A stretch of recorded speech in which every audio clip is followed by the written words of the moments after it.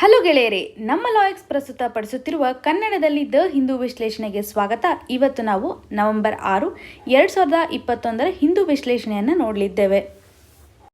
ಇವತ್ತಿನ ಸುದ್ದಿ ವಿಶ್ಲೇಷಣೆಗೂ ಮುಂಚೆ ಇರುವಂತಹ ಸ್ಮಾಲ್ ಅನೌನ್ಸ್ಮೆಂಟ್ ಅಂದರೆ ಲಾ ಎಕ್ಸಲೆನ್ಸ್ ವತಿಯಿಂದ ಲಾ ಎಕ್ಸ್ ಪ್ರೋ ಅನ್ನುವಂಥ ಪ್ರೋಗ್ರಾಮನ್ನು ಲಾಂಚ್ ಮಾಡಲಿದ್ದಾರೆ. ಈ ಪ್ರೋಗ್ರಾಮ್ ನಿಮಗೆ 14th ನವಂಬರಿಂದ ಸ್ಟಾರ್ಟ್ ಆಗುತ್ತೆ. ಇದು ಯಾರು 2022ನಲ್ಲಿ ಎಕ್ಸಾಮ್ ಬರೀತೀನಿ ಅಂತಾರಲ್ಲ ಅವ್ರಿಗೋಸ್ಕರ ಡಿಸೈನ್ ಮಾಡಿರೋದು. ಇದರಲ್ಲಿ ಬೇಸಿಕಲಿ ನಿಮಗೆ ಎಂಫಸೈಸ್ ಮಾಡಿರೋದಂದರೆ NCERT ಬೇಸ್ ಮೇಲೆ ಟೆಸ್ಟನ್ನು ಕಂಡಕ್ಟ್ ಮಾಡಲಾಗುತ್ತೆ. ಸೊ ಇದರಲ್ಲಿ ಸ್ವಲ್ಪ ಮಾಡಿಫಿಕೇಷನ್ಸ್ ಮಾಡಿದ್ದಾರೆ ನಾರ್ಮಲ್ ಟೆಸ್ಟ್ ಸೀರೀಸ್ಗಿಂತ. ಸೊ ಈ ಒಂದು ಟೆಸ್ಟ್ ಸೀರೀಸ್ಗೆ ಸಂಬಂಧಪಟ್ಟಂತೆ ನಿಮ್ಗೆ ಏನೇ ಡೌಟ್ಸ್ ಇದ್ದರೂ ಸಹ ಇಲ್ಲಿ ಕೊಟ್ಟಿರುವಂಥ ಕಾಂಟ್ಯಾಕ್ಟ್ ನಂಬರ್ಗೆ ಕಾಲ್ ಮಾಡಿದಾಗ ನಿಮಗೆ ಹೆಚ್ಚಿನ ಇನ್ಫಾರ್ಮೇಷನ್ನ ಪಡ್ಕೋಬಹುದು. ಇವತ್ತಿನ ಮೊದಲೇ ಆರ್ಟಿಕಲ್ ನೋಡೋದಾದರೆ, duty cuts stock limits helped curtail edible oil prices government. ಈ ಆರ್ಟಿಕಲನ್ನು ಸಿಲೆಬಸ್ಸಲ್ಲಿ ನೋಡೋದಾದರೆ GS ಪೇಪರ್ 2ನಲ್ಲಿ ಗವರ್ಮೆಂಟ್ ಪಾಲಿಸೀಸ್ ಆ್ಯಂಡ್ ಇಂಟರ್ವೆನ್ಷನ್ ಸೆಕ್ಷನಲ್ಲಿ ಕನ್ಸಿಡರ್ ಮಾಡೋಣ, ಮತ್ತು GS ಪೇಪರ್ 3ನಲ್ಲಿ ಎಕಾನಮಿನಲ್ಲಿ ಟ್ಯಾಕ್ಸೇಷನ್ ಚಾಪ್ಟರ್ಗೆ ಕನೆಕ್ಟ್ ಮಾಡ್ಕೋಬಹುದು. ಇನ್ನು ಈ ಒಂದು ಆರ್ಟಿಕಲ್ನ ಕಂಟೆಕ್ಸ್ಟನ್ನು ನೋಡಿದಾಗ ಎಡಿಬಲ್ ಆಯಿಲ್ ಪ್ರೈಸಸ್ ಏನಿದೆಯಲ್ಲ ಇದು ಡಿಕ್ರೀಸ್ ಆಗಿದೆ. ಸೊ ಈ ಒಂದು ಡಿಕ್ರೀಸ್ ಆಗೋಕ್ಕೋಸ್ಕರ ಗೌರ್ಮೆಂಟ್ ಯಾವ ರೀತಿ ಅಂತ ಸ್ಟೆಪ್ಪನ್ನು ತೊಗೊಂಡಿದೆ ಅನ್ನೋದು ನಮಗೆ ಇಂಪಾರ್ಟೆಂಟು. ಜೊತೆಗೆ ಯಾಕೆ ಇನ್ಕ್ರೀಸ್ ಆಗುತ್ತೆ, ಯಾಕೆ ಡಿಕ್ರೀಸ್ ಆಗುತ್ತೆ ಅನ್ನೋದನ್ನು ಸಹ ನಾವು ನೋಡಬೇಕು. ಎಡಿಬಲ್ ಆಯಿಲ್ ಪ್ರೈಸಸ್ ಏನಿದೆಯಲ್ಲ ತುಂಬ ಫ್ಲಕ್ಚುಯೇಷನ್ ಆಗ್ತಿದೆ. ಇದರಿಂದ ಗೌರ್ಮೆಂಟು ಲಾಂಗ್ ಟರ್ಮ್ ಇನಿಷಿಯೇಟಿವ್ಸ್ ಏನಾದರೂ ತೊಗೊಂಡಿದೆಯಾ ಅಥವಾ ಶಾರ್ಟ್ ಟರ್ಮ್ ಇನಿಷಿಯೇಟಿವ್ಸ್ ಯಾವ ರೀತಿಯಾಗಿದೆ ಅನ್ನೋದನ್ನು ಸ್ವಲ್ಪ ನಾವು ಗಮನದಲ್ಲಿಟ್ಟು ಇದನ್ನು ಟಾಪಿಕ್ನ ಅರ್ಥ ಮಾಡ್ಕೋಬೇಕಾಗುತ್ತೆ. ಫಸ್ಟ್ ನಾವು ಕಸ್ಟಮ್ ಡ್ಯೂಟಿ ಬಗ್ಗೆ ತಿಳ್ಕೊಳ್ಳೋಣ. ಕಸ್ಟಮ್ ಡ್ಯೂಟಿ ಅಂತಂದರೆ ಏನು ಅಂತ ಮೊದಲು ಗೊತ್ತಿರಬೇಕು. ಅಂದಾಗ ನಮ್ಗೆ ಗೊತ್ತಾಗುತ್ತೆ ಈ ಒಂದು ಆರ್ಟಿಕಲ್ ನೀಟಾಗಿ. ಕಸ್ಟಮ್ ಡ್ಯೂಟಿ ಅಂತಂದರೆ ಯಾವಾಗ ನಾವು ಗೂಡ್ಸ್ ಅಂದರೆ ಕನ್ನಡದಲ್ಲಿ ನಾವು ಅದನ್ನು ಸರಕು ಅಂತ ಕರಿತೀವಿ. ಈ ಸರಕುಗಳನ್ನು ಆಮದು ಮಾಡ್ಕೊಳೋದಾಗಲಿ ಅಥವಾ ರಫ್ತು ಮಾಡೋದಾಗಲಿ. ಸೊ ಆಮದು ಅಂತಂದರೆ ಇಂಪೋರ್ಟ್ ಅಂತೀವಿ, ರಫ್ತು ಅಂದರೆ ಎಕ್ಸ್ಪೋರ್ಟ್ ಅಂತ ಕರೆಯಲಾಗುತ್ತೆ. ಎಕ್ಸ್ಪೋರ್ಟ್ ಅಥವಾ ಇಂಪೋರ್ಟ್ ಮಾಡೋ ಟೈಮಲ್ಲಿ ಸರ್ಕಾರ ಇಂಡೈರೆಕ್ಟ್ ಟ್ಯಾಕ್ಸಸ್ಗಳನ್ನು ಹಾಕುತ್ತೆ. ಸೊ ಇಂಡೈರೆಕ್ಟ್ ಟ್ಯಾಕ್ಸಸನ್ನು ಹಾಕುತ್ತಲ್ಲ, ಈ ಒಂದು ಇಂಡೈರೆಕ್ಟ್ ಟ್ಯಾಕ್ಸಸನ್ನು ನಾವು ಕಸ್ಟಮ್ ಡ್ಯೂಟಿ ಅಂತ ಕರಿತೇವೆ.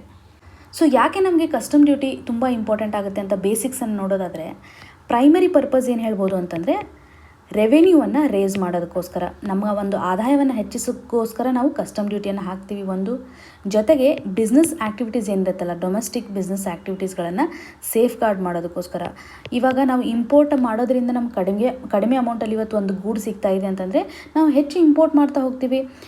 ನಮ್ಮ ದೇಶದಲ್ಲಿ ಬೆಳೀತಕ್ಕಂಥ ಅಥವಾ ನಮ್ಮ ದೇಶದಲ್ಲಿ ಪ್ರೊಡ್ಯೂಸ್ ಆಗ್ತಿರುವಂತಹ ಗೂಡ್ಸ್ಗಳನ್ನು ಬಳಕೆ ಕಡಿಮೆ ಆಗುತ್ತೆ. ಸೊ ಈ ಒಂದು ಕಾಂಪಿಟೇಟಿವ್ನೆಸ್ಸನ್ನು ಬ್ಯಾಲೆನ್ಸ್ಡ್ ಆಗಿ ತರೋದಕ್ಕೋಸ್ಕರ ನಾವು ಈ ಒಂದು ಕಸ್ಟಮ್ ಡ್ಯೂಟಿಯನ್ನು ಹಾಕ್ತೀವಿ. ಸೊ ಬ್ಯಾಲೆನ್ಸ್ಡ್ ವೇನಲ್ಲಿ ತರೋದಕ್ಕೋಸ್ಕರ.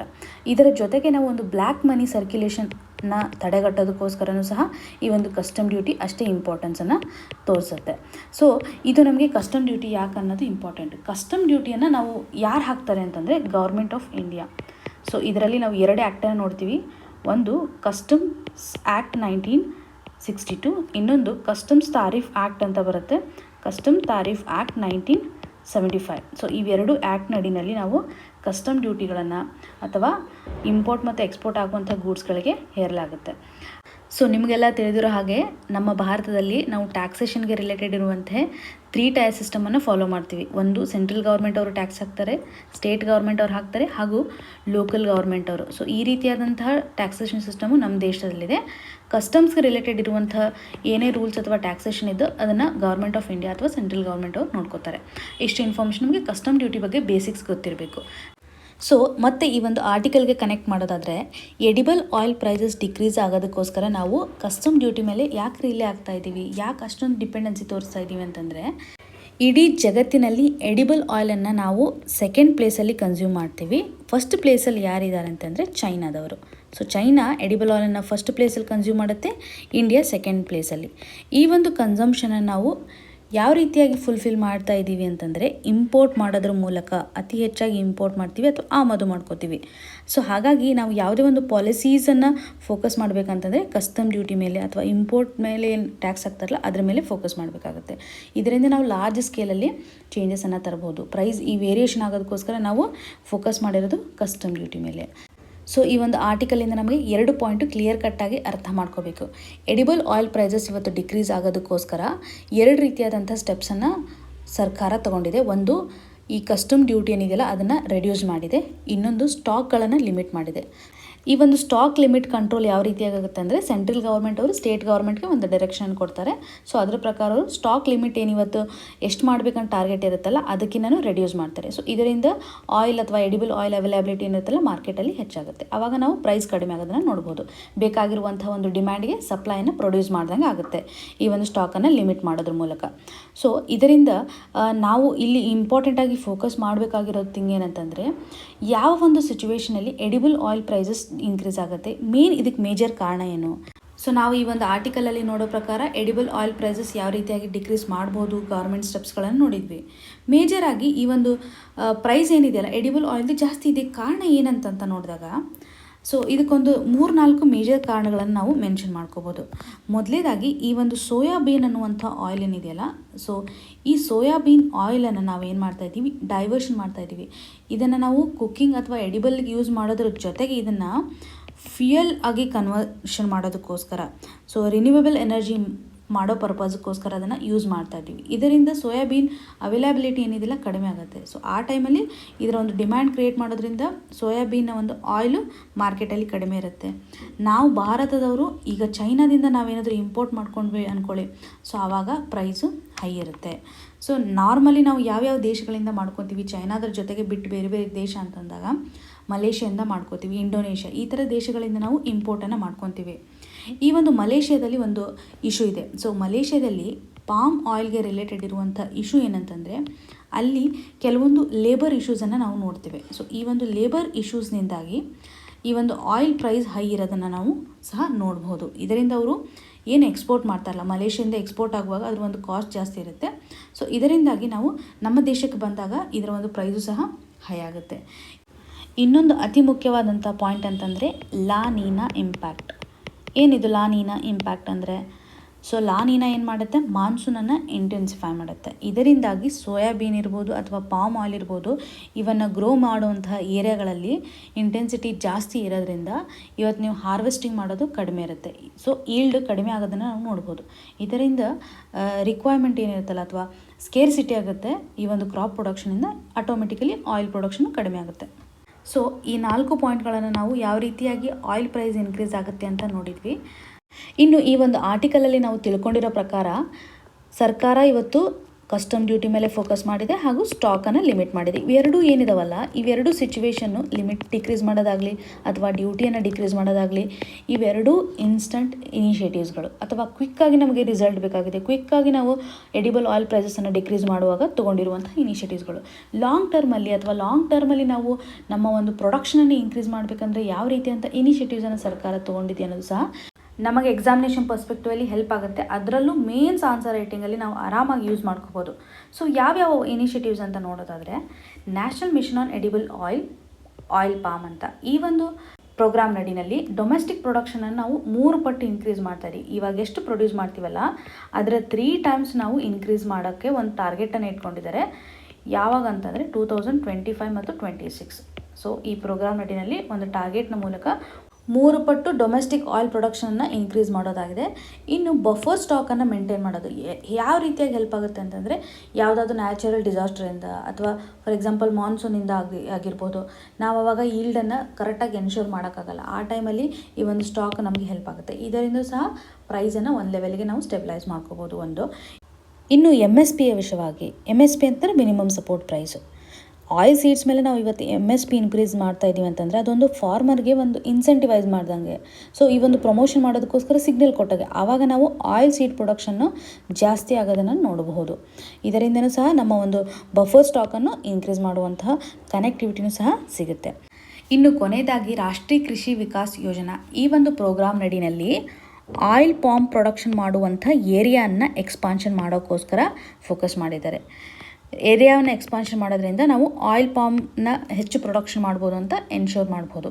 ಸೊ ಈ 4 ಪ್ರೋಗ್ರಾಮ್ಗಳು ಸಹ ನಿಮಗೆ ಎಡಿಬಲ್ ಆಯಿಲ್ಗೆ ರಿಲೇಟೆಡ್ ಇರುವಂತಹ ಭಾರತದ ಇನಿಷಿಯೇಟಿವ್ಸ್ ಆಗಿದೆ. ಸೊ ನಿಮಗೆ ಇಲ್ಲಿ ಕ್ವಶನ್ಸ್ ಅರೈಸ್ ಮಾಡೋದು ಯಾವ ರೀತಿ ಅಂತಂದರೆ, ಒಂದು ನಾವು ಯಾವ್ಯಾವ ಆಯಿಲ್ ಸೀಡ್ಸ್ ಮೇಲೆ MSPಯನ್ನು ಕೊಡ್ತಾ ಇದ್ದೀವಿ ಸದ್ಯಕ್ಕೆ ಅನ್ನೋದನ್ನು ಕಮೆಂಟ್ ಸೆಕ್ಷನಲ್ಲಿ ಮೆನ್ಷನ್ ಮಾಡಿ. ಒಂದನೇ ಕ್ವಶನು. ಇನ್ನೊಂದು ಕ್ವಶನ್ ಏನಂತಂದರೆ, ನಾವಿವಾಗ ಬೇರೆ ದೇಶದಿಂದ ಇಂಪೋರ್ಟ್ ಮಾಡ್ಕೋತಾ ಇದ್ದೀವಿ ಅಂತ ಹೇಳಿದ್ವಲ್ಲ ಎಡಿಬಲ್ ಆಯಿಲ್ಸನ್ನು.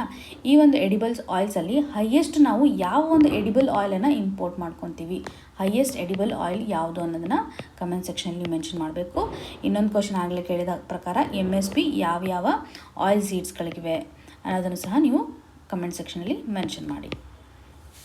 ಇನ್ನು ಮುಂದಿನ article, stubble burning impacts lung health says study. ಈ ಆರ್ಟಿಕಲನ್ನು ನಾವು GS ಪೇಪರ್ 2 ನಡಿನಲ್ಲಿ ಗವರ್ಮೆಂಟ್ ಪಾಲಿಸೀಸ್ ಆ್ಯಂಡ್ ಇಂಟರ್ವೆನ್ಷನ್ ಸೆಕ್ಷನಲ್ಲಿ ಹಾಗೂ GS ಪೇಪರ್ 3ನಲ್ಲಿ ಎನ್ವಿರಾನ್ಮೆಂಟ್ ಪೊಲ್ಯೂಷನ್ಗೆ ಕನೆಕ್ಟ್ ಮಾಡ್ಕೋಬೋದು.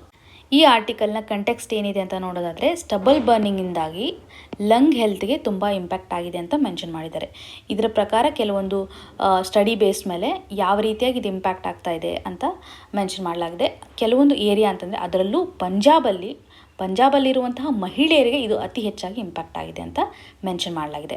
ಸೊ ಸ್ಟಬಲ್ ಬರ್ನಿಂಗ್ ಅಂತಂದ್ರೆ ಏನು, ನಾರ್ಮಲಾಗಿ ಯಾವುದೋ ಒಂದು ಫಾರ್ಮಲ್ಲಿರುವಂತಹ ಕ್ರಾಪ್ ರೆಸಿಡ್ಯೂ ಇರುತ್ತಲ್ಲ, ಆ ಕ್ರಾಪ್ ರೆಸಿಡ್ಯೂವನ್ನು ಬರ್ನ್ ಮಾಡೋದಕ್ಕೋಸ್ಕರ ನಾವು ಸ್ಟಬಲ್ ಬರ್ನಿಂಗ್ ಅಂತೀವಿ. ಸೊ ಈ ಸ್ಟಬಲ್ ಬರ್ನಿಂಗಿಂದ ಅದೇನು ಡಸ್ಟ್ ಪಾರ್ಟಿಕಲ್ಸ್ ಎನ್ವಿರಾನ್ಮೆಂಟಿಗೆ ಬರುತ್ತಲ್ಲ, ಅದರಲ್ಲಿ ಮೇಜರಾಗಿ ಪರ್ಟಿಕ್ಯುಲೇಟ್ ಮ್ಯಾಟರ್ 2.5 ಇದೇ ಈ ಒಂದು ಲಂಗ್ ಫಂಕ್ಷನ್ನ ರೆಡ್ಯೂಸ್ ಆಗೋದಕ್ಕೆ ಕಾರಣ ಆಗಿದೆ. ಸೊ ಲಂಗ್ ಫಂಕ್ಷನಿಂಗ್ ಏನು ರೆಡ್ಯೂಸ್ ಆಗ್ತಾ ಇದೆಯಲ್ಲ, ಇದಕ್ಕೆ ಮೇಜರ್ ಕಾರಣ ಅಂತಂದರೆ ಪರ್ಟಿಕ್ಯುಲೇಟ್ ಮ್ಯಾಟರ್ 2.5. ಸೊ ಈ ಒಂದು ಆರ್ಟಿಕಲಿಂದ ಈ ಒಂದು ಸ್ಟಬಲ್ ಬರ್ನಿಂಗಿಂದ ಯಾವ ರೀತಿ ಅಂತ ಇಂಪ್ಯಾಕ್ಟ್ ಆಗಿದೆ ಹೆಲ್ತ್ ಮೇಲೆ ಅನ್ನೋದು ನಮಗೊಂದು ಡೈಮೆನ್ಷನ್ ಅಷ್ಟೇ ಬೇಕಾಗುತ್ತೆ. ಸೊ ಇದನ್ನು ನಾವು ಮೇನ್ಸ್ ಪರ್ಸ್ಪೆಕ್ಟಿವಲ್ಲಿ ಎನ್ವಿರಾನ್ಮೆಂಟ್ ಸಂಬಂಧಪಟ್ಟಂಥ ಇಶ್ಯೂಸ್ ಇದ್ದಾಗ ಈ ಒಂದು ಡೈಮೆನ್ಷನನ್ನು ಈಸಿಯಾಗಿ ನಾವು ಕವರ್ ಮಾಡ್ಬೋದು. ಇನ್ನು ಮುಂದಿನ article, Delhi's post Deepavali air quality hits 5 year low. ಈ ಆರ್ಟಿಕಲನ್ನು ನಾವು GS ಪೇಪರ್ 3ನಲ್ಲಿ ಎನ್ವಿರಾನ್ಮೆಂಟ್ ಪೊಲ್ಯೂಷನ್ ಆ್ಯಂಡ್ ಡಿಗ್ರೇಡೇಷನ್ ಸೆಕ್ಷನಲ್ಲಿ ಕನ್ಸಿಡರ್ ಮಾಡ್ಬೋದು. ಸೊ ಈ ಒಂದು ಆರ್ಟಿಕಲ್ನ ಕಂಟೆಕ್ಸ್ಟನ್ನು ನೋಡಿದಾಗ, ದೀಪಾವಳಿ ಫೆಸ್ಟಿವಲ್ ಟೈಮಲ್ಲಿ ಫೈರ್ ಕ್ರ್ಯಾಕರ್ಸನ್ನು ಅತಿ ಹೆಚ್ಚಾಗಿ ಯೂಸ್ ಮಾಡೋದ್ರಿಂದ ಅದರಲ್ಲಿರುವಂಥ ಕೆಮಿಕಲ್ ಕಾಂಪೌಂಡ್ಸು ಏರ್ ಕ್ವಾಲಿಟಿಯನ್ನು ಡಿಮಿನಿಷ್ ಮಾಡಿದೆ ಅನ್ನುವಂಥದ್ದು. ಸೊ ಡೆಲ್ಲಿನಲ್ಲಿ ಮೇಜರಾಗಿ ಅವ್ರು ಮೆನ್ಷನ್ ಮಾಡಿದ್ದಾರೆ. ಇದರಲ್ಲಿ ಡೆಲ್ಲಿ ಒಂದು ಸ್ಟ್ಯಾಂಡರ್ಡ್ ಏನಿರುತ್ತಲ್ಲ, ಸ್ಟ್ಯಾಂಡರ್ಡ್ ಕ್ಯಾಟಗರೀಸ್ನಲ್ಲಿ ವೆರಿ ಪುವರ್ ಇರೋದು ಸಿವಿಯರ್ಗೆ ಶಿಫ್ಟ್ ಆಗಿದೆ. ಸೊ ನಿಮಗೆಲ್ಲ ತಿಳಿದಿರೋ ಪ್ರಕಾರ ಏರ್ ಕ್ವಾಲಿಟಿ ಸ್ಟ್ಯಾಂಡರ್ಡ್ಸನ್ನು 6 ಕ್ಯಾಟಗರಿನಲ್ಲಿ ನೋಡ್ತೀವಿ. ಮೊದಲೇದು ಗುಡ್ ಅಂತ ಕನ್ಸಿಡರ್ ಮಾಡ್ತಾರೆ, ಎರಡನೇದು ಸ್ಯಾಟಿಸ್ಫ್ಯಾಕ್ಟರಿ, ಮೂರನೇದಲ್ಲಿ ಮಾಡರೇಟು, ನಾಲ್ಕನೇದು ಪುವರ್ ಅಂತ ಇರುತ್ತೆ, ಐದನೇದು ವೆರಿ ಪುವರ್ ಇರುತ್ತೆ, ಆರನೇದೇ ನಾವು ಸಿವಿಯರ್ ನೋಡ್ಬೋದು. ಇವಾಗ ಡೆಲ್ಲಿನಲ್ಲಿರುವಂಥ ಕಂಡೀಷನ್ನು ಸಿವಿಯರ್ ಇದೆ. ಸೊ ಲಾಸ್ಟ್ ವೀಕ್ ನಾವು ಏನು ಮಾಡಿದ್ವಿ, ವೆರಿ ಪುವರ್ ಕ್ಯಾಟಗರಿನಲ್ಲಿ ನಾವು ಡೆಲ್ಲಿ ಕಂಡೀಷನನ್ನು ನೋಡಿದ್ವಿ, ಇದು ಸಿವಿಯರ್ ಆಗಿದೆ. ಇದಕ್ಕೆ ಮೇಜರ್ ಕಾರಣ ಏನಂತಂದರೆ ಫೈರ್ ಕ್ರ್ಯಾಕರ್ಸು. ಸಿವಿಯರ್ ಅಂತಂದಾಗ ಮೇಜರ್ಮೆಂಟು ಮ್ಯಾಕ್ಸಿಮಮ್ ಎಷ್ಟಿರುತ್ತೆ ಅಂದರೆ 401 to 500 PPM ಅಲ್ಲಿ ಇದನ್ನು ಕನ್ಸಿಡರ್ ಮಾಡ್ತಾರೆ. ಸೊ ಇದನ್ನು ನಾವು ಏರ್ ಕ್ವಾಲಿಟಿ ಸ್ಟ್ಯಾಂಡರ್ಡ್ಸಲ್ಲಿ ನೋಡ್ಬೋದು. ಇದ್ರ ಬಗ್ಗೆ ನಾವು ಹಲವಾರು ಡಿಸ್ಕಷನನ್ನು ಮಾಡಿದ್ದೀವಿ. ಸೊ ಈ ಒಂದು ಏರ್ ಕ್ವಾಲಿಟಿಯನ್ನು ಯಾರು ಡೆವಲಪ್ ಮಾಡ್ತಾರೆ, ಸೊ ಯಾರು ಇದನ್ನು ಪಬ್ಲಿಷ್ ಮಾಡ್ತಾರೆ ಅಥವಾ ಯಾರು ಡೆವಲಪ್ ಮಾಡ್ತಾರೆ ಅನ್ನೋದು ಸಹ ಡಿಸ್ಕಸ್ ಮಾಡಿದ್ವಿ. ಇದಕ್ಕೆ ಏನು ಉತ್ತರ ಅನ್ನೋದನ್ನು ನೀವು ಕಮೆಂಟ್ ಸೆಕ್ಷನಲ್ಲಿ ಮೆನ್ಷನ್ ಮಾಡಬೇಕು. ಏರ್ ಕ್ವಾಲಿಟಿ ಇಂಡೆಕ್ಸನ್ನು ಯಾರು ಪಬ್ಲಿಷ್ ಮಾಡ್ತಾರೆ ಅನ್ನೋದು. ಸೊ ಮೇಜರಾಗಿ ನಾವು ಏರ್ ಕ್ವಾಲಿಟಿಯನ್ನು ಡಿಟರ್ಮೈನ್ ಮಾಡುವಾಗ, ಈ ಒಂದು ಕೆಟಗರಿಗೆ ಅಸೈನ್ ಮಾಡುವಾಗ 8 ಪೊಲ್ಯೂಟೆಂಟ್ಸ್ಗಳನ್ನು ಕನ್ಸಿಡರ್ ಮಾಡ್ತೀವಿ. ಸೊ ನಿಮಗೆಲ್ಲ ತಿಳಿದಿರುತ್ತೆ, ಇದನ್ನು ಸಹ ನೀವು ಇವತ್ತು ರಿವೈಸ್ ಮಾಡಬೇಕು. ಸೊ ಯಾವಾಗ ಈ ರೀತಿಯಂಥ ಇಶ್ಯೂಸ್ಗಳು ನ್ಯೂಸಲ್ಲಿ ಬರುತ್ತಲ್ಲ, ಆವಾಗ ನಮ್ಮಲ್ಲಿರುವಂಥ ಸ್ಟ್ಯಾಂಡರ್ಡ್ ಮಟೀರಿಯಲಿಂದ ನಾವು ರಿವೈಸ್ ಮಾಡ್ಕೋಬೇಕು. ಏರ್ ಕ್ವಾಲಿಟಿ ಇಂಡೆಕ್ಸಲ್ಲಿ ಯಾವ್ಯಾವ ಪೊಲ್ಯೂಟೆಂಟ್ಸ್ಗಳನ್ನು ನಾವು ಕನ್ಸಿಡರ್ ಮಾಡ್ತೀವಿ ಮತ್ತು ಯಾವ ರೀತಿಯಾದಂಥ ಸ್ಟ್ಯಾಂಡರ್ಡ್ಸ್ಗಳು ಇದ್ದಾವೆ ಅನ್ನೋದನ್ನು ಸಹ ನೀವು ಒಂದು ಸರ್ತಿ ಕಣ್ಣು ಹಾಸಬೇಕಾಗುತ್ತೆ. ಸೊ ಇಷ್ಟು ಇನ್ಫಾರ್ಮೇಷನ್ ನಿಮಗೆ ಏರ್ ಕ್ವಾಲಿಟಿ ಇಂಡೆಕ್ಸ್ ಬಗ್ಗೆ ಜನರಲಾಗಿ ಗೊತ್ತಿರಬೇಕು. ಒಂದು 4-5 ಪಾಯಿಂಟನ್ನು ನೀವು ಕರೆಕ್ಟಾಗಿ ಕನ್ಸಾಲ್ಡೇಟ್ ಮಾಡಿ ಇಟ್ಕೊಳ್ಳಿ. ಸೊ ಇದು ರಿವಿಷನ್ ಮಾಡೋಕ್ಕೆ ನಿಮಗೆ ಈಸಿಯಾಗಿ ಹೆಲ್ಪ್ ಆಗುತ್ತೆ. ಯಾವಾಗಲೂ ಏರ್ ಕ್ವಾಲಿಟಿ ಇಂಡೆಕ್ಸ್ ಬಗ್ಗೆ ಏನಾದರೂ ಇಶ್ಯೂ ಬಂತಂದಾಗ ಜಸ್ಟ್ ಅದನ್ನು ನೋಡಬೇಕು ನೀವು ಅಷ್ಟೇ. ಇನ್ನು ಮುಂದಿನ article, Iran may have 210 kg of 20% enriched uranium. ಈ ಆರ್ಟಿಕಲನ್ನು ನಾವು GS ಪೇಪರ್ 1ನಲ್ಲಿ ಮಿನರಲ್ಸ್ ಆ್ಯಂಡ್ ಎನರ್ಜಿ ರಿಸೋರ್ಸ್ ಸೆಕ್ಷನಲ್ಲಿ ಕನ್ಸಿಡರ್ ಮಾಡ್ಬೋದು. ಏನಿದು ಆರ್ಟಿಕಲ್ನ ಕಂಟೆಕ್ಸ್ಟ್ ಅಂತ ನೋಡಿದಾಗ, ಇರಾನಲ್ಲಿ ಎನ್ರಿಚ್ಡ್ ಯುರೇನಿಯಂ ಪರ್ಸೆಂಟೇಜ್ 20%ಗೆ ಬಂದಿದೆ ಅಂತ ಮೆನ್ಷನ್ ಮಾಡಿದ್ದಾರೆ.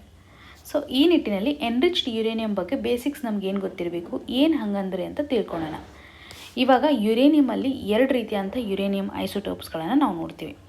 ಒಂದು ಯುರೇನಿಯಂ 235, ಇನ್ನೊಂದು ಯುರೇನಿಯಂ 238. ಇವೆರಡು ಯುರೇನಿಯಮಲ್ಲಿ ನಮಗೆ ನ್ಯೂಕ್ಲಿಯರ್ ರಿಯಾಕ್ಟರ್ಗೆ ಬೇಕಾಗಿರುವಂತಹ ಯುರೇನಿಯಂ ಯಾವುದಂತಂದರೆ ಯುರೇನಿಯಂ 235. ಇವತ್ತು ನ್ಯೂಕ್ಲಿಯರ್ ರಿಯಾಕ್ಟರಲ್ಲಿ ಆಗುವಂತಹ ಫಿಷನ್ ರಿಯಾಕ್ಷನ್ನ ಅಥವಾ ಎನರ್ಜಿ ಪ್ರೊಡಕ್ಷನ್ಗೋಸ್ಕರ ನಾವು ಯೂಸ್ ಮಾಡ್ತಾ ಇರೋದು ಯುರೇನಿಯಂ 235. ನ್ಯಾಚುರಲಿ ಈ ಒಂದು ಐಸೋಟೋಪ್ಸ್ಗಳು ಯಾವ ರೀತಿಯಾಗಿದೆ ಅಂತಂದಾಗ ಯುರೇನಿಯಂ 0.7% ಅಷ್ಟೇ ನೋಡ್ತೀವಿ. ಇನ್ನು ಯುರೇನಿಯಂ 238 ಅಂತೂ 99.3% ಇದೆ ನ್ಯಾಚುರಲಿ. ಸೊ ಯುರೇನಿಯಂ 235 ಹೈಯೆಸ್ಟ್ ಇದೆ, ಬಟ್ ಇದನ್ನು ನಾವು ನ್ಯೂಕ್ಲಿಯರ್ ಫ್ಯೂಷನ್ ರಿಯಾಕ್ಷನ್ಗೆ ಯೂಸ್ ಮಾಡ್ಕೊಳಲ್ಲ. ಸೊ ಈ ನಿಟ್ಟಿನಲ್ಲಿ ಒಂದು ಕಂಟ್ರಿಗೆ ನಾವು ಇವಾಗ ಎನ್ರಿಚ್ಡ್ ಯುರೇನಿಯಂ ಇದೆ ಅಂತಂದರೆ ಅದು ಯುರೇನಿಯಂ 235 ಅಂತ ಹೇಳ್ತೀವಿ. ಹೇಗೆ ಒಂದು ಪರ್ಟಿಕ್ಯುಲರ್ ಕಂಟ್ರಿ ಎನ್ರಿಚ್ಡ್ ಯುರೇನಿಯಮನ್ನು ಪಡೆಯುತ್ತೆ ಅಂತಂದರೆ, ಯುರೇನಿಯಂ ಓರ್ ಇರುತ್ತಲ್ಲ ಇದರಿಂದ ಡೈರೆಕ್ಟಾಗಿ ನ್ಯೂಕ್ಲಿಯರ್ ಫ್ಯೂಯಲನ್ನು ಪಡ್ಕೋತಾರೆ. ನ್ಯೂಕ್ಲಿಯರ್ ಫ್ಯೂಯಲ್ ಅಂದರೆ ನಥಿಂಗ್ ಬಟ್ ಯುರೇನಿಯಂ 235, ಬಿಕಾಸ್ ಇದನ್ನು ನಾವು ನ್ಯೂಕ್ಲಿಯರ್ ರಿಯಾಕ್ಟ್ರಲ್ಲಿ ಯೂಸ್ ಮಾಡ್ಕೋತೀವಿ. ಸೊ ಇದನ್ನು ಅವ್ರು ಏನು ಪರ್ಸೆಂಟೇಜ್ ಹೊಂದಿದ್ದಾರಲ್ಲ ಇದನ್ನೇ ನಾವು ಎನ್ರಿಚ್ಡ್ ಯುರೇನಿಯಂ ಅಂತ ಹೇಳಾಗುತ್ತೆ. ಸೊ ಇದನ್ನು ನಾವು ಯಾವಾಗ ಮೈನಿಂಗ್ ಪ್ರೊಸೆಸ್ಸಿಂದ ತೊಗೊತೀವಲ್ಲ ಆವಾಗ ಕೆಲವೊಂದು ಕೆಮಿಕಲ್ ಪ್ರೊಸೆಸ್ಗೆ ಒಳಗೊಡಿಸ್ತಾರೆ ಮತ್ತು ಸಪ್ರೇಷನ್ ಪ್ರೊಸೆಸ್ ಅಂತಲೂ ಮಾಡ್ತಾರೆ, ಫಿಸಿಕಲ್ ಪ್ರೊಸೆಸ್ ಅಂತ. ಈ ರೀತಿಯಾಗಿ ನ್ಯಾಚುರಲಿ ಇರುವಂತಹ ಈ ಒಂದು ಯುರೇನಿಯಂ ಓರಿಂದ ನ್ಯೂಕ್ಲಿಯರ್ ಫ್ಯೂಯಲನ್ನು ಪಡ್ಕೊಳ್ಳಾಗುತ್ತೆ. ಸೊ ನಮಗೆ ಎಕ್ಸಾಮಿನೇಷನ್ ಪರ್ಸ್ಪೆಕ್ಟಿವಲ್ಲಿ ಎನ್ರಿಚ್ಡ್ ಯುರೇನಿಯಂ ಅನ್ನೋದು ಪ್ರಿಲಿಮ್ಸ್ ಪಾಯಿಂಟಿಗೆ ತುಂಬ ಇಂಪಾರ್ಟೆಂಟ್. ಸೊ ನಿಮಗೆ ಒಂದು ಕ್ವಶನ್ ಅಂತಂದರೆ, ಮಿನರಲ್ ರಿಸೋರ್ಸ್ನ ವಿಷಯವಾಗಿ ಯುರೇನಿಯಮ್ದು ಲಾರ್ಜೆಸ್ಟ್ ರಿಸರ್ವ್ ಯಾವ ಕಂಟ್ರಿನಲ್ಲಿದೆ, ವರ್ಲ್ಡಲ್ಲಿ ಹೈಯೆಸ್ಟ್ ಯಾವ ಒಂದು ಕಂಟ್ರಿ ಯುರೇನಿಯಮನ್ನು ಹೊಂದಿದೆ ಅನ್ನೋದನ್ನು ಕಮೆಂಟ್ ಸೆಕ್ಷನಲ್ಲಿ ಮೆನ್ಷನ್ ಮಾಡಿ.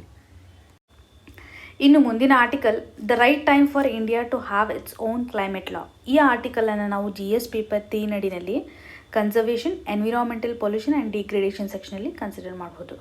ಈ ಆರ್ಟಿಕಲ್ನ ಮೇನ್ ಕಂಟೆಕ್ಸ್ಟ್ ಏನಿದೆ, ನೀವೆಲ್ಲ ನ್ಯೂಸಲ್ಲಿ ನೋಡ್ತಾ ಇದ್ದೀರಾ. ಕಳೆದ ವಾರದಿಂದ COP26ನ ವಿಷಯವಾಗಿ ಹಲವಾರು ಆರ್ಟಿಕಲ್ಸನ್ನು ನೋಡಿದ್ವಿ.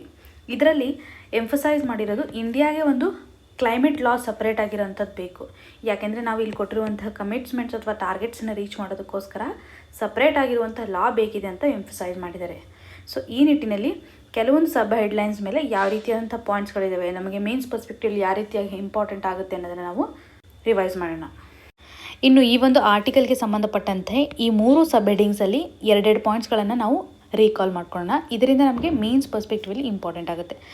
ಸೊ ಈ ನಿಟ್ಟಿನಲ್ಲಿ ಇಂಡಿಯಾದ ಪ್ರಪೋಸಲ್ ಯಾವ ರೀತಿಯಾಗಿದೆ, ಪ್ರಧಾನಮಂತ್ರಿ ಮೋದಿಜಿಯವರು ಈ ಒಂದು ಕಾನ್ಫರೆನ್ಸಲ್ಲಿ ಪಂಚಮಿತ್ರ ಸೊಲ್ಯೂಷನನ್ನು ಪ್ರಪೋಸ್ ಮಾಡಿದರು.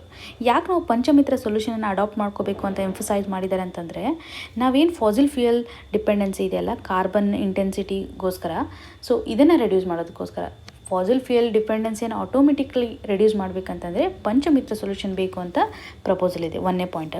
ಇನ್ನೊಂದು ಪಾಯಿಂಟ್ ಅಡಿನಲ್ಲಿ ನಾವು ಇನ್ನೊಂದು ಪ್ರಪೋಸಲು ಸಹ ಕೊಟ್ಟಿದ್ದೀವಿ. ಏನಂತಂದರೆ 2030ರಲ್ಲಿ, ಸೊ 2030 ಒಳಗಾಗಿ ನಾವು ನಮ್ಮ ರಿನ್ಯೂವಬಲ್ ಎನರ್ಜಿ ಕೆಪಾಸಿಟಿ ಏನಿದೆಯಲ್ಲ ಅದನ್ನು ಆಲ್ಮೋಸ್ಟ್ ಶೇರ್ 50%ಗೆ ಮಾಡಬೇಕು ಅಂತ.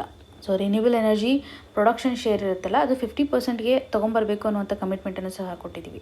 ಸೊ ಈ ರೀತಿಯಾಗಿ ಕೊಟ್ಟಿರುವಂಥ ಕಮಿಟ್ಮೆಂಟ್ಸ್ ಏನಿದೆಯಲ್ಲ, ಈ ಒಂದು ಕಮಿಟ್ಮೆಂಟ್ಸಲ್ಲಿ ನಾವು ಕ್ಲೈಮೇಟ್ ಜಸ್ಟಿಸ್ ಕೊಡಬೇಕು ಅಥವಾ ಕಾರ್ಬನ್ಗೆ ಸಂಬಂಧಪಟ್ಟಂತೆ ಅಥವಾ ಎನ್ವಿರಾನ್ಮೆಂಟಲ್ ಪ್ರೊಟೆಕ್ಷನ್ಗೆ ಬೇಕಾಗುವಂಥ ಪಾಲಿಸೀಸನ್ನು ತರಬೇಕಂತಂದಾಗ ನಮಗೆ ಸರಿಯಾದಂಥ ಒಂದು ಪಾಲಿಸೀಸ್ ಬೇಕು. ಸೊ ಒಂದು ಜಸ್ಟಿಸ್ ಬೇಕಂತಂದಾಗ ಅದಕ್ಕೆ ಪ್ರಾಪರ್ ಆಗಿರೋಂಥ ಎಕ್ಸಿಕ್ಯೂಷನ್ ಆಗಬೇಕು, ಲಾಸ್ ಬೇಕು ಅನ್ನುವಂಥ ನಿಟ್ಟಿನಲ್ಲಿ ಇದನ್ನು ಎಂಫಸೈಸ್ ಮಾಡಿದ್ದಾರೆ. ಯಾಕೆ ನಮಗೆ ಲಾಸ್ಗಳು ಬೇಕು, ಯಾಕೆ ನಮಗೆ ಎನ್ವಿರಾನ್ಮೆಂಟಲ್ ಲಾಸ್ಗಳು ಯಾವುವು ಇಲ್ವಾ ಅಂತ ಕ್ವಶನ್ ಮಾರ್ಕ್ ಹಾಕ್ಬೋದು. ಸೊ ನಾವು ಎನ್ವಿರಾನ್ಮೆಂಟ್ಗೆ ರಿಲೇಟೆಡ್ ಇರುವಂಥ ಹಲವಾರು ಲಾಸ್ಗಳನ್ನ ನೋಡ್ತೀವಿ. ಎನ್ವಿರಾನ್ಮೆಂಟ್ ಪ್ರೊಟೆಕ್ಷನ್ ಆ್ಯಕ್ಟ್ ಇರ್ಬೋದು, ಸೊ 1986ಅಲ್ಲಿ, ಹಾಗೂ ಏರ್ಗೆ ಸಂಬಂಧಪಟ್ಟಂಥ ಲಾ ಇದೆ, ಮತ್ತು ವಾಟರ್ಗೆ ಸಂಬಂಧಪಟ್ಟಂಥ ಆ್ಯಕ್ಟ್ಗಳನ್ನು ನೋಡ್ತೀವಿ. ಇದು ಏರ್ಗೆ ಸಂಬಂಧಪಟ್ಟದ್ದು 1981ಅಲ್ಲಿ, ವಾಟರ್ಗೆ ಇರೋದು 1974ಅಲ್ಲಿ. ಸೊ ಈ ರೀತಿಯಾದಂಥ ಆ್ಯಕ್ಟ್ಗಳನ್ನು ಸಹ ನಾವು ನೋಡ್ತೀವಿ. ಆದರೆ ಈ ಏರ್ ಆಗಲಿ ವಾಟರ್ ಆಗಲಿ ಇವೆರಡು ಕ್ಲೈಮೇಟ್ನ ಪಾರ್ಟ್ ಅಷ್ಟೇ, ಬಟ್ ಇದು ಕ್ಲೈಮೇಟಿಗೆ ಎಕ್ಸಾಕ್ಟ್ಲಿ ಅಂತ ಹೇಳೋಕ್ಕಾಗಲ್ಲ. ಸೊ ಈ ನಿಟ್ಟಿನಲ್ಲಿ ಕ್ಲೈಮೇಟ್ಗೆ ಸಂಬಂಧಪಟ್ಟಂಥ ಸಪ್ರೇಟ್ ಆಗಿರುವಂಥ ಲಾ ಇಲ್ಲ. ಇವಾಗ ಯಾವುದೇ ಒಬ್ಬ ವ್ಯಕ್ತಿ ಕ್ಲೈಮೇಟಿಗೆ ಸಂಬಂಧಪಟ್ಟಂಥ ಲಾನ ವೈಲೇಷನ್ ಮಾಡ್ತಾ ಇದ್ದಾನೆ ಅಂತಂದರೆ ಅವನ್ನು ಒಂದು ವೈಲೇಷನ್ಗೆ ಪನಿಷ್ಮೆಂಟ್ ಕೊಡಬೇಕು ಅನ್ನುವಂಥ ಪ್ರೊಟೆಕ್ಷನ್ ನಾವು ಎನ್ವಿರಾನ್ಮೆಂಟ್ ಪ್ರೊಟೆಕ್ಷನ್ ಆ್ಯಕ್ಟಲ್ಲಾಗಲಿ ಅಥವಾ ಪನಿಷ್ಮೆಂಟು ಇದರಿಂದ ಸಿಗಲ್ಲ. ಅವನ ಪನಿಷ್ಮೆಂಟ್ ಆಗಬೇಕಂತಂದಾಗ ಬೇರೆ ಒಂದು ಲಾ ನಡಿನಲಾಗುತ್ತೆ, ಕೋಡ್ ಆಫ್ ಕ್ರಿಮಿನಲ್ ಪ್ರೊಸೀಜರ್, ಈ ಥರ ಲಾನಲ್ಲಿ ಅವನ್ನ ಪನಿಷ್ಮೆಂಟ್ ಕೊಡಲಾಗುತ್ತೆ. ಸೊ EPA ಆ್ಯಕ್ಟ್ನಲ್ಲಿರುವಂಥ ಒಂದು ಕ್ಲಾಸನ್ನು ಸಹ ಮೆನ್ಷನ್ ಮಾಡಿದ್ದಾರೆ. ಈ ಒಂದು ಕ್ಲಾಸ್ 24ನ ಪ್ರಕಾರ ಸೊ ಬೇರೆ ಒಂದು ಲಾವನ್ನು ತೊಗೊಂಬಂದಾಗ ಮಾತ್ರ ಪನಿಷ್ಮೆಂಟ್ ಎಫೆಕ್ಟಿವ್ ಆಗಿರುತ್ತೆ ಅಂತ ಅರ್ಥ. ಸೊ ಸಿಂಪಲಾಗಿ ಹೇಳೋದಾದರೆ CRPC ಅಂತ ನಾವು ಆವಾಗಲೇ ತೊಗೊಂಡಿದ್ವಲ್ಲ, ಈ ಒಂದು ಲಾ ನಡಿನಲ್ಲೇ ನಾವು EPA ಒಂದು ಎಫೆಕ್ಟಿವ್ನೆಸ್ಸನ್ನು ನೋಡ್ಬೋದು. EPA ಅನ್ನೋದು ಈ ಒಂದು ಸಬಾರ್ಡಿನೇಟ್ ಆಗಿ ಆ್ಯಕ್ಟ್ ಆಗುತ್ತೆ ಅಂತ ಮೆನ್ಷನ್ ಮಾಡಿದ್ದಾರೆ. ಸೊ ಈ ನಿಟ್ಟಿನಲ್ಲಿ ನಮಗೆ ಒಂದು ಕ್ಲೈಮೇಟ್ಗೆ ಆ್ಯಕ್ಷನ್ಗೆ ಸಂಬಂಧಪಟ್ಟಂತೆ ಸಪ್ರೇಟ್ ಆಗಿರುವಂಥ ಲಾ ಬೇಕು. ಸೊ ಇದರಿಂದ ನಾವು ಒಂದು ಕ್ಲೈಮೇಟ್ಗೆ ಸಂಬಂಧಪಟ್ಟಂಥ ಅಡಾಪ್ಟೇಷನ್ಸನ್ನು ನೋಡ್ಬೋದು, ಮಿಟಿಗೇಷನ್ ಮಾಡ್ಬೋದು, ಯಾವ ರೀತಿಯಾದಂಥ ಪ್ರೊಸೆಸ್ ಇದೆ ಅಂತ ಮಾನಿಟರು ಸಹ ಮಾಡ್ಬೋದು, ಪ್ರೋಗ್ರೆಸ್ಸನ್ನು ಪ್ರಾಪರಾಗಿ ನಾವು ನೋಡ್ತಾ ಬರ್ಬೋದು. ಸೊ ಈ ನಿಟ್ಟಿನಲ್ಲಿ ಯಾಕೆ ಇಂಡಿಯಾಗೆ ಅವಶ್ಯಕತೆ ಇದೆ ಅಂತ ನೋಡ್ಬೋದು. ಸೊ ನಮಗೆ ಕ್ಲೈಮೇಟ್ ಲಾನ ಅವಶ್ಯಕತೆ ಇದೆ ಅಂತ ಗೊತ್ತಾಯ್ತಲ್ಲ. ಸೊ ಈ ಕ್ಲೈಮೇಟ್ ಲಾನ ನಾವು ಮಾಡಬೇಕಂತಂದಾಗ, ಇವಾಗ ನಾವು ಈ ಇನಿಷಿಯೇಟಿವ್ಸನ್ನು ತೊಗೋತೀವಿ ಅಂದಾಗ ಯಾವ ರೀತಿಯಾದಂಥ ಸಜೆಷನ್ಸನ್ನು ಆಥರ್ ಕೊಟ್ಟಿದ್ದಾರೆ. ಸೊ ಯಾವ ರೀತಿಯಾಗಿ ಮಾಡ್ಬೋದು ಅಂತಂದರೆ, ಇದು ಮೇನ್ಸ್ ಪರ್ಸ್ಪೆಕ್ಟಿವಲ್ಲಿ ತುಂಬ ಚೆನ್ನಾಗಿದೆ, ಡೈಮೆನ್ಷನ್ ಯುಟಿಲೈಸ್ ಮಾಡ್ಕೋಬೋದು. ಸೊ 2 ರೀತಿಯಾದಂತಹ ಸಜೆಷನನ್ನು ಅವರು ಇವತ್ತು ಕೊಡ್ತಾ ಇದ್ದಾರೆ. ಒಂದು, ನಾವು ಕ್ಲೈಮೇಟ್ ಚೇಂಜ್ಗೆ ಸಂಬಂಧಪಟ್ಟಂತಹ ಇನ್ಸ್ಟಿಟ್ಯೂಷನ್ನ ಕ್ರಿಯೇಟ್ ಮಾಡಬೇಕು. ಯಾವ ರೀತಿಯಾದ ಇನ್ಸ್ಟಿಟ್ಯೂಷನ್ ಅಂದರೆ, ನ್ಯಾಷನಲ್ ಲೆವೆಲಲ್ಲಿ commission on climate change create ಮಾಡಬೇಕು. ಇನ್ನು ಈ ಒಂದು ಕ್ಲೈಮೇಟ್ ಕಮಿಷನ್ನ ಮೇನ್ ಫಂಕ್ಷನ್ ಏನಿರುತ್ತೆ, ಸೊ ಯಾವ ರೀತಿಯಾಗಿ ಇದು ವರ್ಕ್ ಆಗುತ್ತೆ ಅಂತಂದರೆ, ಕ್ಲೈಮೇಟ್ ಚೇಂಜ್ಗೆ ಸಂಬಂಧಪಟ್ಟಂಥ ಯಾವುದೇ ಪ್ಲ್ಯಾನ್ಸ್ ಇರ್ಬೋದು, ನಾವು ಕಮಿಟ್ಮೆಂಟ್ ಏನು ಕೊಟ್ಟಿದ್ದೀವಲ್ಲ ಗ್ಲೋಬಲ್ ಲೆವೆಲಲ್ಲಿ, ಆ ಒಂದು ಪ್ಲ್ಯಾನನ್ನು ಇಂಪ್ಲಿಮೆಂಟ್ ಮಾಡೋದ್ರಲ್ಲಿ ಅಥವಾ ಆ ಪ್ರೋಗ್ರಾಮನ್ನು ಎಕ್ಸಿಕ್ಯೂಷನ್ ಮಾಡೋದ್ರಲ್ಲಿ ಇದು ಹೆಲ್ಪ್ ಆಗುತ್ತೆ. ಈ ರೀತಿಯಾದಂಥ ಅಥಾರಿಟಿ ಅದಕ್ಕೆ ಸಿಗಬೇಕು ಅಥವಾ ಪವರ್ ಅದಕ್ಕೆ ಇರಬೇಕು ಅನ್ನುವಂಥ ಪಾಯಿಂಟನ್ನು ಎಂಫಸೈಸ್ ಮಾಡಿದ್ದಾರೆ. ಜೊತೆಗೆ ಈ ಒಂದು ಕಮಿಷನ್ಗೆ ನಾವು ಕ್ವಾಸಿ ಜುಡಿಷಿಯಲ್ ಪವರನ್ನು ಕೊಡಬೇಕು. ಕ್ವಾಸಿ ಜುಡಿಷಿಯಲ್ ಅಂತಂದರೆ ಇದು ಇವತ್ತು ಸಿವಿಲ್ ಕೋರ್ಟ್ ಆಗಿ ವರ್ಕ್ ಮಾಡೋ ಥರ, ಅಥವಾ ಯಾರೇ ಕ್ಲೈಮೇಟ್ ಚೇಂಜ್ಗೆ ರಿಲೇಟೆಡ್ ಇರುವಂಥ ಲಾಗಳನ್ನು ವೈಲೇಟ್ ಮಾಡಿದಾಗ ಅವರಿಗೆ ಪನಿಷ್ಮೆಂಟ್ ಕೊಡೋದಕ್ಕೋಸ್ಕರ ಇದನ್ನು ಕ್ವಾಸಿ ಜುಡಿಷಿಯಲ್ ಸ್ಟೇಟಸ್ಗೆ ತರಬೇಕು ಅನ್ನುವಂಥ ಪಾಯಿಂಟನ್ನು ಎಂಫಸೈಸ್ ಮಾಡಿದ್ದಾರೆ. ಅವರ ಒಂದು ಪವರ್ ಆ್ಯಂಡ್ ರೆಸ್ಪಾನ್ಸಿಬಿಲಿಟಿ ಯಾವ ರೀತಿಯಾಗಿರುತ್ತೆ ಅನ್ನೋದನ್ನು ಇವರು ಎಂಫಸೈಸ್ ಮಾಡಿದ್ದಾರೆ. ಸೊ ಈ ರೀತಿಯಾಗಿ ನಾವು ನ್ಯಾಷನಲ್ ಲೆವೆಲಲ್ಲಿ ಒಂದು ಕಮಿಷನನ್ನು ಎಸ್ಟಾಬ್ಲಿಷ್ ಅಂತೂ ಮಾಡಿದಾದಮೇಲೆ ಇವರನ್ನು ಅಕೌಂಟೇಬಲ್ ಆಗಿ ಮಾಡಬೇಕು ಅಥವಾ ಲಯಬಲ್ ಆಗಿ ಮಾಡಬೇಕು ಅನ್ನುವಂಥ ಪಾಯಿಂಟನ್ನು ಸೆಕೆಂಡ್ ಸೆಕ್ಷನಲ್ಲಿ ಅವರು ಎಂಫಸೈಸ್ ಮಾಡಿದ್ದಾರೆ. ಯಾವ ರೀತಿಯಾಗಿ ಅಂತಂದರೆ, ಇವಾಗ ನಾವು ಇಂಟರ್ನ್ಯಾಷನಲ್ ಲೆವೆಲಲ್ಲಿ ಕೆಲವೊಂದು ಕಮಿಟ್ಮೆಂಟ್ಸನ್ನು ಕೊಟ್ಟಿದ್ದೀವಿ, ಅಥವಾ ಕ್ಲೈಮೇಟ್ ಚೇಂಜ್ಗೆ ಸಂಬಂಧಪಟ್ಟಂಥ ನಮ್ಮ ದೇಶದಲ್ಲಿ ಏನು ಕಮಿಟ್ಮೆಂಟ್ಸ್ ಇದೆಯಲ್ಲ ಅದರಲ್ಲಿ ಕೆಲವೊಂದು ಶಾರ್ಟ್ ಟರ್ಮ್ಸ್ ಇರುತ್ತೆ, ಲಾಂಗ್ ಟರ್ಮ್ಸ್ ಇರುತ್ತೆ. ಸೊ ಅಷ್ಟೇ ಅಲ್ಲದೆ ಕೆಲವೊಂದು ಪ್ರಾಬ್ಲಮ್ಸ್ಗಳನ್ನು ನಾವು ಫೇಸ್ ಮಾಡ್ತಿರ್ತೀವಿ. ಸೊ ಈ ಎಕ್ಸಿಕ್ಯೂಷನ್ ಲೆವೆಲಲ್ಲಿ ಅಥವಾ ಪ್ಲ್ಯಾನ್ ಇಂಪ್ಲಿಮೆಂಟೇಷನ್ ಆಗದೇ ಇರೋ ಟೈಮಲ್ಲಿ ಇದನ್ನು ನಾವು ಕಂಪ್ಲೀಟಾಗಿ ಇವರ ಒಂದು ರೆಸ್ಪಾನ್ಸಿಬಿಲಿಟಿ ಇರುತ್ತೆ, ಪ್ರಾಪರಾಗಿ ಅದು ಎಕ್ಸಿಕ್ಯೂಷನ್ ಆಗಬೇಕು ಅನ್ನೋಂಥ ಎನ್ಶೂರಿಟಿ ಇವ್ರು ಕೊಡ್ತಾರೆ. ಸೊ ಇವರನ್ನು ಅಕೌಂಟೇಬಲ್ ಆಗಿ ಮಾಡಬೇಕು ಮತ್ತು ಲಯಬಲ್ ಆಗಿ ಮಾಡಬೇಕು. ಇದರಿಂದ ನಾವು ಜಸ್ಟ್ ಪಾಲಿಸಿ ಪ್ರೋಗ್ರಾಮ್ಸ್ಗಳನ್ನು ಏನು ಥಿಂಕ್ ಮಾಡ್ತಾ ಇದ್ದೀವಲ್ಲ, ಜನರಲ್ಲಾಗಿ ಸ್ಪ್ರೆಡ್ ಆಗಿರುವಂಥ ಪಾಲಿಸೀಸ್ಗಳನ್ನು ಅಥವಾ ಗೈಡ್ಲೈನ್ಸ್ಗಳನ್ನು ಫೇಸ್ ಮಾಡ್ತೀವಲ್ಲ, ಇದರಿಂದ ಒಂದು ಇಂಟಿಗ್ರೇಟೆಡ್ ಸಿಸ್ಟಮನ್ನು ನಾವು ಇಲ್ಲಿ ಕ್ರಿಯೇಟ್ ಮಾಡ್ಬೋದು. ಸೊ ನ್ಯಾಷನಲ್ ಲೆವೆಲಲ್ಲಿ ಕ್ಲೈಮೇಟ್ ಚೇಂಜನ್ನು ನಾವು ಎನ್ಶೂರ್ ಕೊಡ್ಬೋದು ಅನ್ನುವಂಥ ಪಾಯಿಂಟನ್ನು ಒತ್ತಾಗಿ ಇಲ್ಲಿ ಹೇಳಿದ್ದಾರೆ. ಸೊ ಇದರಿಂದ ಕ್ಲೈಮೇಟ್ ಕಮಿಷನ್ ಅನ್ನೋದು ಒಂದು ಐಡಿಯಲಿ ಅಕೌಂಟೇಬಲ್ ಇನ್ಸ್ಟಿಟ್ಯೂಷನ್ ಅಂತ ಹೇಳ್ಬೋದು. ಸೊ ಈ ರೀತಿಯಾಗಿ ಈ ಒಂದು ಆರ್ಟಿಕಲಿಂದ ಕ್ಲೈಮೇಟ್ ಚೇಂಜ್ಗೆ ಸಂಬಂಧಪಟ್ಟಂಥ ಲಾಸ್ ನಮಗೆ ಯಾಕೆ ಅಷ್ಟೊಂದು ಇಂಪಾರ್ಟೆಂಟ್ ಇದೆ, ಯಾಕೆ ನಾವು ಕ್ರಿಯೇಟ್ ಮಾಡಬೇಕು, ಕ್ರಿಯೇಟ್ ಮಾಡಿದರೆ ಯಾವ ರೀತಿಯಂಥ ಇನ್ಸ್ಟಿಟ್ಯೂಷನನ್ನು ಕ್ರಿಯೇಟ್ ಮಾಡಬೇಕು ಅನ್ನೋದು ನಮಗೆ ಎಕ್ಸಾಮಿನೇಷನ್ ಪರ್ಸ್ಪೆಕ್ಟಿವಲ್ಲಿ ಇಂಪಾರ್ಟೆಂಟ್ ಆಗುತ್ತೆ. ಸೊ ಜನರಲ್ಲಾಗಿ COP26 ವೆರಿ ಇಂಪಾರ್ಟೆಂಟ್ ಇರೋದ್ರಿಂದ ಇದಕ್ಕೆ ಬಂದಿರುವಂಥ ಎಲ್ಲ ಆರ್ಟಿಕಲ್ ಇಶ್ಯೂ ಏನಿದೆಯಲ್ಲ, ಆರ್ಟಿಕಲ್ನ ಒಂದು ಇಶ್ಯೂ COP26. ಈ ಒಂದು COP26ನ ಡೈಮೆನ್ಷನ್ಸ್ ಏನು ಕವರ್ ಮಾಡಿದಾರಲ್ಲ ಡೈಲಿ ಆರ್ಟಿಕಲಲ್ಲಿ, ನೀವೆಲ್ಲ ಅದನ್ನು ನೋಡಿರ್ತೀರ. ಅದಕ್ಕೆ ಸಂಬಂಧಪಟ್ಟಂಥ ಪಾಯಿಂಟ್ಸ್ಗಳನ್ನು ಎಲ್ಲ ಒಂದು ಹತ್ರ ಬರೆದಿಟ್ಕೊಳ್ಳಿ. ಸೊ ಎಕ್ಸಾಮಿನೇಷನಲ್ಲಿ ನಿಮಗೆ ಮೇನ್ಸ್ಗೂ ಅಷ್ಟೇ ಇಂಪಾರ್ಟೆಂಟ್ ಟಾಪಿಕ್ಕು, ಇನ್ನು ಪ್ರಿಲಿಮ್ಸ್ಗೂ ಅಷ್ಟೇ ಇಂಪಾರ್ಟೆಂಟ್ ಆಗುತ್ತೆ. ಕೊನೆಯದಾಗಿ ಇವತ್ತಿನ question of the day section ಅಡಿನಲ್ಲಿ ಎಡಿಬಲ್ ಆಯಿಲ್ನ ವಿಷಯವಾಗಿ ಕೆಲವೊಂದಿಷ್ಟು ಮಾಹಿತಿಯನ್ನು ಡಿಸ್ಕಷನ್ ಮಾಡಿದ್ದೀವಲ್ಲ, ಅದರ ಬೇಸ್ಡ್ ಮೇಲೆ ಪ್ರೀವಿಯಸ್ ಇಯರಲ್ಲಿ ಕೇಳಿರುವಂಥ ಕ್ವಶನ್ ಇದು. ಸೊ ಇದಕ್ಕೆ ಸರಿಯಾದ ಉತ್ತರವನ್ನು ಕಮೆಂಟ್ ಸೆಕ್ಷನಲ್ಲಿ ಮೆನ್ಷನ್ ಮಾಡಿ ಅಂತ ಹೇಳ್ತಾ, ಆಲ್ ದ ವೆರಿ ಬೆಸ್ಟ್. ಧನ್ಯವಾದಗಳು.